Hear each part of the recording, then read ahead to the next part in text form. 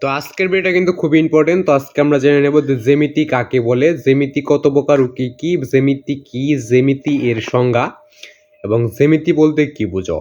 সব থেকে কম সময় উত্তরগুলো পেতে এবং সঠিক অ্যান্সারটা পেতে চ্যানেলের সাথে থাকবে, চ্যানেলটাকে সাবস্ক্রাইব এবং ফলো করে নেবে।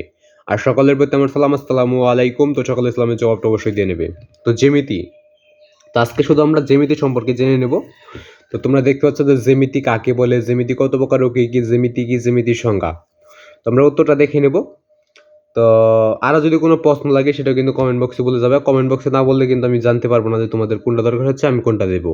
কারণ তোমাদেরকে কমেন্ট বক্সে বলে দিতে হবে যে তোমাদের কোন প্রশ্নগুলো লাগবে, কোনটা তোমাদের দিতে হবে। যেটা তোমরা কমেন্ট বক্সে বলবে ওইটাই তোমাদেরকে অবশ্যই দিয়ে দেওয়া হবে। তো এখন আমরা জ্যামিতি কাকে বলে, জ্যামিতি কত প্রকার ও কী কী, জ্যামিতি কি, জ্যামিতির সংজ্ঞা, জ্যামিতির পরিচয়, তো এইগুলো আমরা দেখে নেব। তো উত্তরটা দেখে নেওয়া যাক। উত্তরটা নিচে রয়েছে।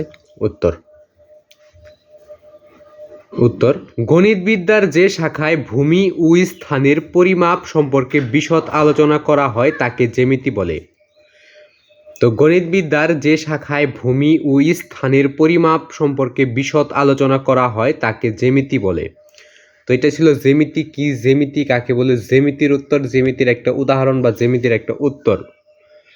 তো আশা করি তোমাদের ভিডিওটা একটু হলেও ভালো লাগছে বা একটু হলেও কাজে লাগছে। যদি কাজে লেগে থাকে তাহলে চ্যানেলটাকে সাবস্ক্রাইব ফলো করবা।